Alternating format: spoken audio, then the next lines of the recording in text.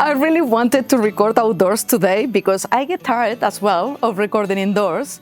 But in Bali, we are still in rainy season and I can see a storm coming, so I don't know if we are going to have time to do the whole video here. Anyway, today I'm going to talk about 9 very little things that you can do today that is going to improve your photography. And I'm not going to talk about photography gear at all. Even if you are shooting with just a phone, you can apply all these things to improve your photography right away. The first thing, it's going to be to slow down. How many times did you start to shoot like a maniac and you ended up overshooting and with 100 pictures that look exactly the same? I've been guilty of this. I keep overshooting a lot because I always recommend you to shoot in bursts, mostly when you are shooting with clients, for portrait photography, because this is a great way to capture the right posture of your model, because sometimes they blink or you catch like a very weird pose.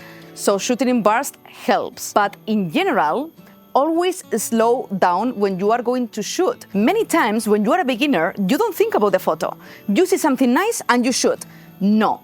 Stop a little, look at the lighting, how it falls on the subject, maybe the framing, and everything in between. Always stop before shooting, think a bit, and then shoot. Because this is very simple, but as a beginner, we all tend to shoot a lot and we don't think too much. So slow down every time you're going to press the shutter. Let me take you from the tripod.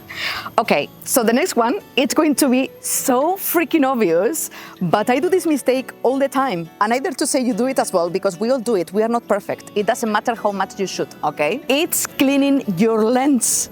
How many times did you shoot and the lens was dirty? And I'm not talking about dust in the sensor, because that's quite easy to remove in Photoshop. I'm talking about fingerprints. That's quite hard to remove, trust me. Many times my pictures were ruined because I tend to shoot a lot with mist filters. And when I manipulate the filters and I put them on the camera, many times, even if I'm careful, I don't notice, but then I put my fingerprint and the picture is ruined or the video. So please clean your lens. I do have so many tiny clothes spread in my camera bag. I always lose them. I don't know how, but I always lose them. So do the same. Have one of them or two, and make sure you clean the lens or the filter before you shoot. The next one is one of the most important, if not the most, which would be training your eye for lighting. Please don't pay attention to your camera or even to the photo you're going to take. First, notice the light, how it's falling on the subject, if it's worth even taking the picture, because many times it's incredibly sunny and everything appears burnt out. I don't even bother to do like this with my camera. If I see that it's midday and there is like a strong light on a waterfall, for instance, because I live in Bali, I put this example. Waterfalls appear completely burnt out because they are white, so I don't even bother. I go very early in the morning or during golden hour because I know during the day it's totally pointless to take a good photo. So always focus on the lighting. When you shoot early in the morning, as I said, or during the golden hour, the light is going to be good, but also maybe you are shooting under the sun, that's totally fine. Make sure the subject is facing the light. Like right now, I'm facing the light, the sun is there. I'm not going to put the camera here and myself there because it's going to be a backlit and you're not going to see my face. The same works with photography. Make always sure the lighting is in the right place, because otherwise you are wasting your shot and you are wasting your time. Notice always the light. And nowadays, with amazing cameras we have, we rely on autofocus constantly. I do it all the time, okay? Because my camera's autofocus is insane. But I dare to say your cameras as well, because every camera nowadays is very good. But you don't have to rely on autofocus all the time. Many times, it's going to be easier to focus manually. So for example, I love shooting through things, through leaves or through objects, to make the photo stand out even more and make it more creative. Many times the camera gets confused between the leaves, for instance, and is not focusing my subject. So I had to do it manually. So don't get stuck trying to autofocus when you can't, the camera can't, and use manual focus. This is going to help you a lot, and also it's going to be a very good practice for you. You can always practice. That's the good thing about the digital era. Nobody's charging you for your photos. Oh my God, I'm sweating. It's like 30 degrees, I'm very humid. Okay, let's go for the next one. Lighting, you see, you have to check the light all the time. I have my ND filters here, spiderweb. That's what happens in Bali. Okay, so the next one is quite fun, actually, which is create photo challenges for yourself. This could be challenging yourself to shoot black and white for a week, for instance. When you shoot in black and white, you notice things in your photos that you wouldn't notice with color photos. You have to focus more on framing and the subject and the background, so there are no distractions because there are no colors to help you out to compose the photo. And another one I personally love, and you guys loved it because I do have a video on my channel, is challenging yourself to shoot with just one focal range for a day, for instance. One focal range, I mean one lens, okay? I do have a video where I challenge myself to shoot only with the Sony 7200 f2.8 G Master.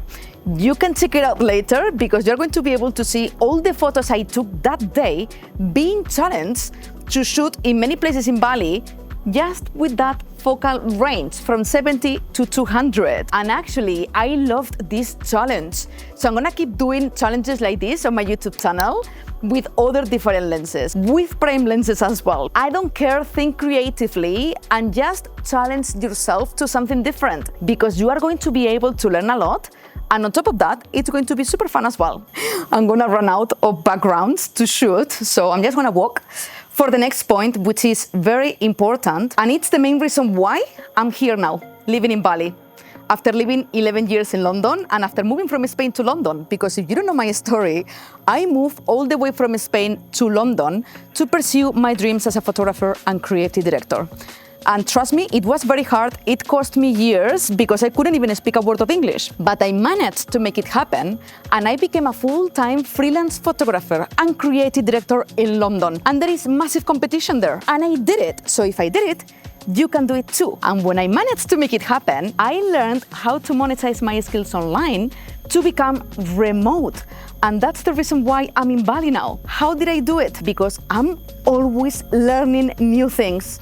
I'm a geek when it comes to learning, and thanks to that, I'm here. I'm living in the freaking jungle in Ubud, in Bali, okay? And I live from my camera completely, 100%. And I started with nothing. I couldn't even speak a word of English. So this point is to never stop learning. And even more in the creative industry, everything is evolving like crazy. You have to learn photography, video, content creation. Many people don't want to learn video. Fine, don't learn it. But I'm just telling you, the more you learn, the better, because you're going to grow and it's an investment for yourself. I never regretted spending money on courses from other creators I love to keep improving my filmmaking skills.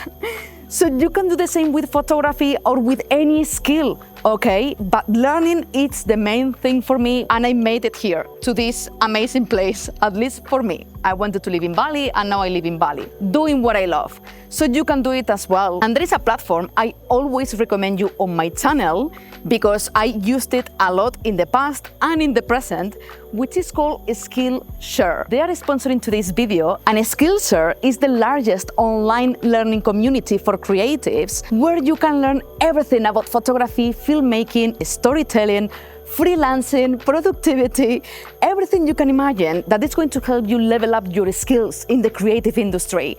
I used it a lot in the past to learn video editing, and now I'm taking a new class from Ali Abdal. I think I took all his classes already about how to organize your workflow to maximize productivity.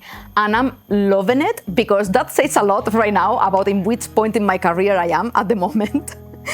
Because I have so many projects going on and sometimes I can be a mess. I'm a creative and my mind is messy, okay?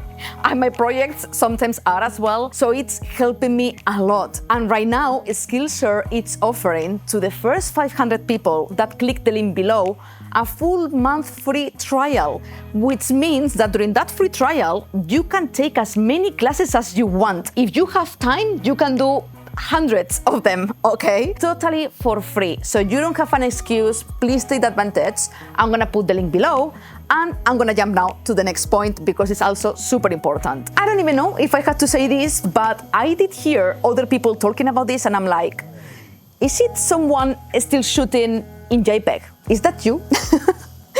Seriously, if you are doing that, stop. unless your camera cannot shoot in RAW. That's totally fine, okay? But shooting in RAW, it's way better in many ways. Consider like, I don't know, shooting JPEG is shooting a final photo, and shooting in RAW means that you can still improve that photo by a lot. It's crazy how many times I improved photos that at the beginning maybe I would have thrown away. That is going to help you a lot, and even more when you are a beginner and you don't have maybe skills enough yet. So many times you're going to shoot, maybe it's a bit overexposed. All these things, it's obviously better to take them good from the beginning, but if not, you can always fix them in post-production if you are shooting in RAW. So please, whenever you can, shoot in RAW. I'm not moving around anymore because the sun came out and I'm freaking boiling. I'm dripping sweat everywhere, so I'm not going out there. I'm staying in this sofa. The next one is something I've been doing wrong for many years because thanks to digital, this happens a lot, which is printing your photos. I didn't do this for many years, and when I did it, I was like, why I didn't print my photos? Print your photos, please. Not all of them, but maybe the best ones. Because when you hold your photography, first of all, you fall in love with photography even more. You see the quality properly in paper, and it gives you a completely different perspective. Because many times maybe we see the photo in our computer and we are like, okay, maybe I did this wrong, I did that wrong. But when you hold it in paper, it's even more obvious, trust me. But when the photos are good, you are going to fall in love. In London, I printed some of them and I did books as well. When I received my first book, I was like, wow. I'm humble, okay? But I loved my photography printed. When I saw it, I was like, oh my God, it's way better than digital. They look great, the portraits, the self-portraits as well, because it's creative work, right? So when you print it, it's even more beautiful, and when you hold your work, it's amazing, okay? So maybe from time to time, not all the time, try to print a few photos. Please, this is going to stimulate your creativity a lot as well, and your desire to take that camera more often, because I know you don't take it as often as you would like to, because I've been there myself as well.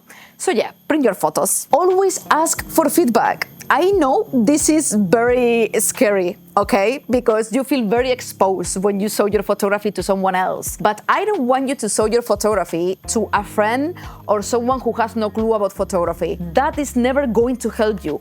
Ever, because nobody wants to hurt your feelings, and they're going to tell you that the photo is amazing, or that is great, or that is fine. You don't want that kind of feedback. You want feedback from other photographers, even if they are beginners, but obviously better if they are more professional, because that's the way you're going to be able to judge your photos.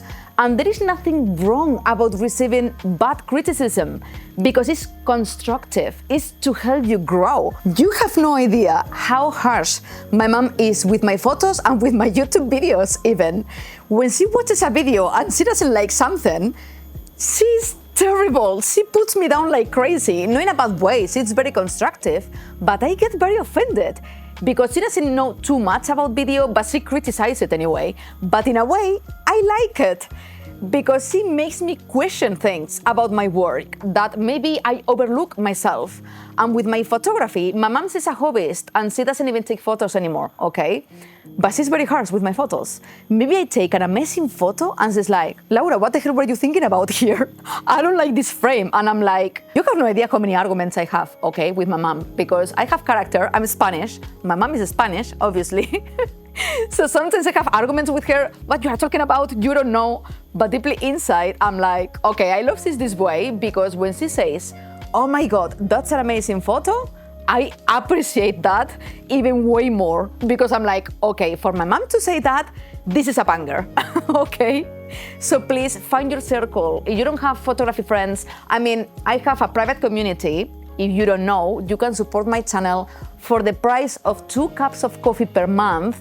And in exchange for your support, you are going to get portfolio reviews, in video. So you're going to be able to learn a lot from other members, because I'm reviewing their portfolios, I'm improving their websites and yours for being a member. I also share exclusive videos for you to learn further about photography, and also resources, useful resources. So if you want to join me in the community, I'm gonna put the link below, and I can get your portfolio review, and I can help you further, and I can critique your photos as well in a constructive constructive way, but being very honest. Don't forget to grab your free trial of Skillshare to learn way more about the creative industry, and subscribe to my channel if you want to keep learning with me, and I will see you in the next one. Mwah. Big love from Bali.